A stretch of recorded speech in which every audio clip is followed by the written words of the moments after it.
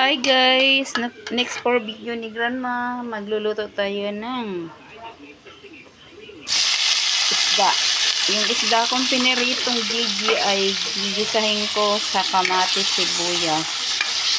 Ayan, nauna na pala yung bawang na ginisa ko. Siyempre, pinagsabay ko na tong kamatis sibuyas. At bahadyang lutuin lang natin yung ating kamatis sibuyas. Halu-haluin lang natin.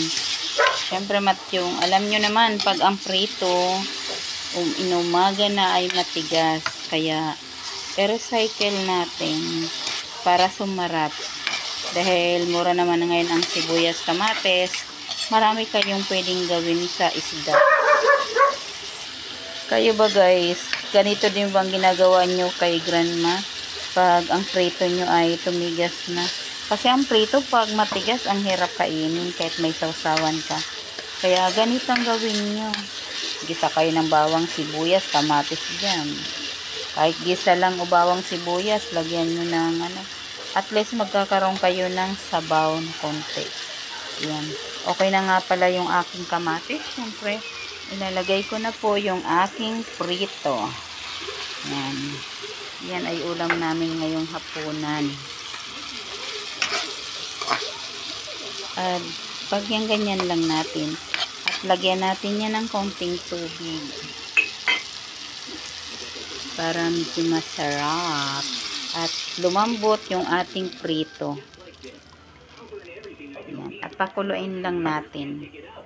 Lagyan pala natin siya ng pamintang konti. Turog na paminta. At lagyan natin ng konting sugar. Ayan po, lagyan natin ng konting sugar. Pasensya na kayo, dumilim yung video ko, napindot ko yung Ayan, kulo na din po. Para balance po yung tamis niya. Ayan yung kanyang lasa. Kasi po, maasim yung kamatis. Kaya nilagyan natin siya ng konting sugar. Ayan, okay na ang ulam ng lola nyo. Nasa inyo naman po yun. Kung gusto nyong gisa lang sa kamatis sibuyas, pwede din naman po.